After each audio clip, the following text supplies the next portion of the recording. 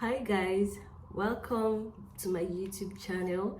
I am Brenda Alltrade, and in today's video I want to share some tips for when you're traveling and like you have to go through connecting flights and stopovers and stuff like that because of the experience that I had yesterday. So I arrived Morocco yesterday, and Casablanca actually, and I realized that there are some things that there's some information that I did not get online, or rather there are some things that I didn't know that would have made my journey here smoother. And I just decided to do a video on it real quick and share with you guys. Okay, so my flight was a connecting flight. We stopped at Istanbul, and I don't know why I thought we were only going to be there for a couple of hours. Man, we were there for 6 hours at the airport. Imagine that. And before we got to Istanbul, like it was a 7-hour flight to Istanbul. So as you can imagine, by then my mouth was still because I had eaten on the plane, I had slept, when we got to Istanbul, I was feeling so uncomfortable, and there are some things that I feel like if I had put into consideration before embarking on this journey, it would have made it a more comfortable experience, so to speak. So number one is you want to put your toothbrush and a toothpaste in your carry-on luggage. Like for ladies, it could be in your handbag or whatever carry-on luggage you're having, really, because man, by the time I got to my hotel yesterday, I was so disgusted with myself. Even before I got to the hotel, like when I got to the airport in Casablanca, I didn't want to speak with anybody because I felt like my breath was stinking. It was stinking, not like I felt like I could smell my own breath. It was bad. So number one, put your toothbrush and your toothpaste in your carry-on luggage, please. And then if you're a lady, first of all, you want to wear a panty liner, and then you want to carry a few extras in your bag. That saved me, because especially if you sweat, you already know how uncomfortable it gets after some hours, especially when you're not in an environment that is conducive enough for you to get washed and get changed and stuff like that. Because I don't think anybody carries on these in their carry-on luggage. I don't know. I don't. So I don't know if anybody does, but I'm just saying. So your safe bet is to wear a panty liner and have a few extra in your purse, because you could easily change that in the lavatory on the plane, or you could change it in the airport bathroom, and you can just wipe and change it. Wipes, wet wipes.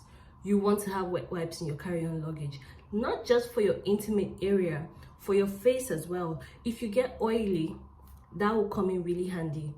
You could just wipe your face, from time to time, just to keep the grease off so you don't start to break out.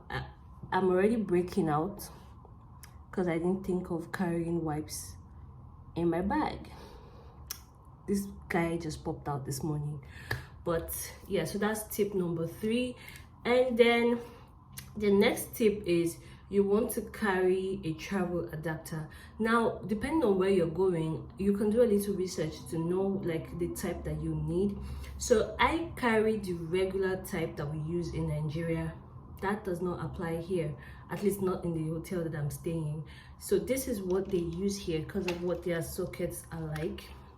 This is the kind of adapter you need if you're coming to Morocco, or if you're going any place else with a different, I don't know the term, but you get what I mean. So I got this from the hotel staff at the reception. Very helpful. And if not for this, I won't be able to charge my laptop, I won't be able to charge my phone, speaker, nothing. So you want to get that. And then what am I forgetting? If you're on a diet, if you're on any type of diet, right, you want to carry some snacks that are friendly to your diet in your carry-on luggage, because number one, the airplane food is not diet specific. It could be something that you're not allowed to eat considering your diet or considering your health needs. So if you're on like a protein diet, you want to sneak in some granola bars or something like that, I don't know, but do what works for you. Like, get the food that works for you, something that will not decay, and just put it in your bag. Because when you get to, for example, for me, when I got to Istanbul, I didn't know, like, there was food everywhere. There are restaurants, there are cafes at the airport, but I didn't know what to eat, or like, because I didn't want to eat the regular sandwich, burger. Like, I feel like you can eat those anywhere. And for a few months now, my diet has changed. Like, I used to be a junk person, but that is changing, and so it was a bit difficult for me to decide what to eat. So I was starving, but I couldn't eat, because first of all, I was overwhelmed with the options, because like everywhere you turn, there's a cafe, there's a restaurant, there's a fast food, they're selling all sorts of things. I was overwhelmed, so I just had coffee, and that helped me over until we got on the next flight that brought us straight to Casablanca. So yeah, consider your diet, and do what you need to survive. That's stopover was so long. We're at the airport at Istanbul for about 6 hours. It was crazy. So if you're the type of person whose blood sugar starts to drop when you starve, you want to sneak in some snacks in your bag, something wrapped. I don't think anybody will stop you for carrying wrapped food. Fresh food maybe, but not wrapped. Okay, so another thing is, if you drink a lot of water, I don't know what to say, I don't know what to tell you, because I don't think you're allowed to carry liquid. But I used Turkish Airlines, and the air hostesses were not very responsive to my requests for water, because I asked for water 3 times, and nobody, like, they'll say, oh, I'm getting it, oh, I'm getting it, oh, I'm getting it, okay, and it never came until they served the food. That was when I got water. So that could be a problem for you if you know how you can work around it, or maybe you might have better luck with the airline that you choose to travel with, and well, in which case that's fine. But this is my experience. I'm telling you from my experience. Thirdly, you want to know what the weather is going to be like, so you know what to carry and what to wear to the airport. Luckily, I went online and did a research on that and a few other things, like what to expect with the weather, how to dress and stuff like that. So I was able to pack some sweaters, jackets, kimonos, some long sleeve tops, things that will prevent you from the cold, because here it's really sunny. Like right now you can see the sun. I even had to shade it with the day blinds, but it's really sunny, but it's really cool at the same time. Like, it's cool for the natives, it's probably the normal weather, but for me it is cold. I have been cold since I got here. If you have allergies, you want to carry your allergy medications, antihistamines, whatever you need in your carry-on luggage. If you you want to take some tissue papers, what do you call them, I don't know, but you know what I mean. Not necessarily, not the entire roll. I mean, they have these little packs of serviettes that you can just put in your bag. It helped me because my allergies, I was going crazy on the plane. It was really cold. It triggered my allergies. I was sneezing, my eyes were getting wet and red, my nose started to run. So you don't want to be trapped in that kind of situation and not have what to use, because like I said, the air hostesses were not very responsive to me like demanding for stuff, so you want to have yourself covered. And then if you get really cold, like extra cold, you want to carry some gloves, like the woolen type, for the aircraft, for when you get to your destination. Yesterday I had frostbite on my right hand. It was weird because it was just my right hand. It was really cold. I was really cold last night. Even when I got into the shower, as I was showering, like it got really painful on my right hand because frostbite. So it took a bit for it to subside, and then I relaxed and it's normal now, but it's still cold. It's a bit warm right now because I just came out the shower and I put on a sweater because I want to go out to buy stuff, buy food. That's another thing. If you are not into traditional, like wherever you're going, if you're not into their traditional food, you have to stay in a location where you have access to alternatives. Because when I got here yesterday, I saw a Jumia food delivery bike and I was happy, only for me to hop on the website and they said they don't deliver to this area. So now I have to go out to look for food.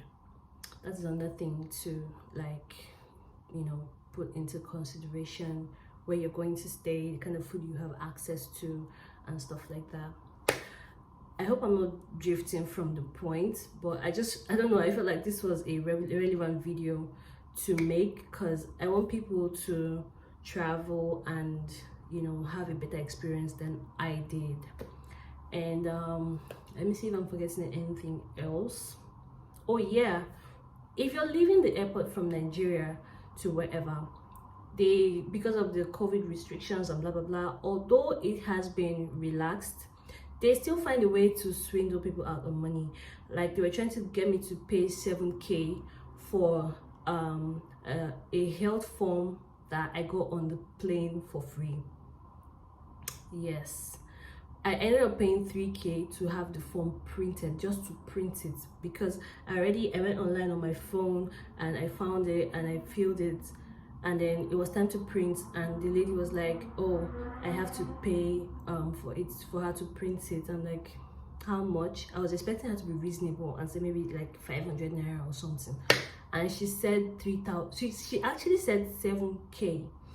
Then her excuse was that because I cannot send it directly from my phone to their printer, I have to she has to start the entire process. I'm like, this thing did not even take me more than 10 seconds to fill. So how, even if you have to start the entire process of filling the form on your system and printing it, how long is it going to take? And what, like, how much ink will it cost you to print this form? You're charging me 7K. 7K is like the cost of a cartridge of ink, at least for the kind of printer that they use. That should be about the price.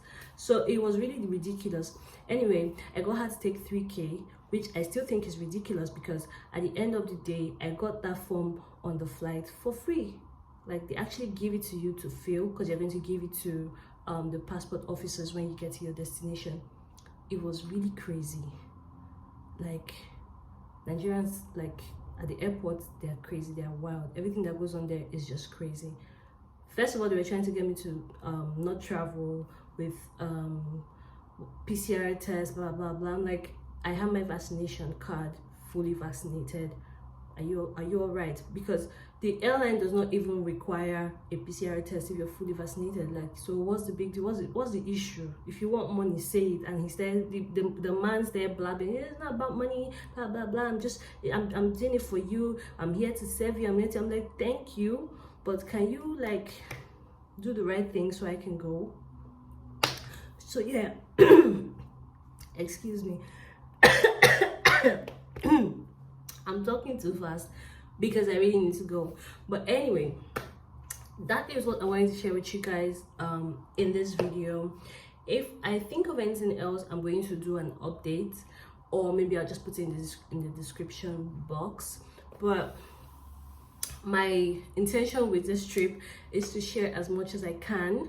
I'm here for a week, so I'm hoping I can create content for each day to make up the week. So then it's going to be in a playlist, so you can just come back to it whenever you want. Okay, thank you guys so much for watching this video. Thank you for subscribing to my channel, because I know you're going to subscribe.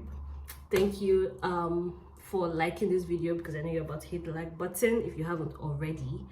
And if there's anything else that you need to know, I'm going to do a tour of the hotel that I'm staying at in the next, that should be the next video. And then I'm going to share with you guys the places that I visit and stuff like that. I hope I can go to Marrakesh. I'm not sure right now, but I'll let you guys know. You know, I'll push you through, I'll keep you posted, I'll update you and all that. So I'm going to grab my dinner now, so I'll see you guys in the next video. Thank you for watching. Bye.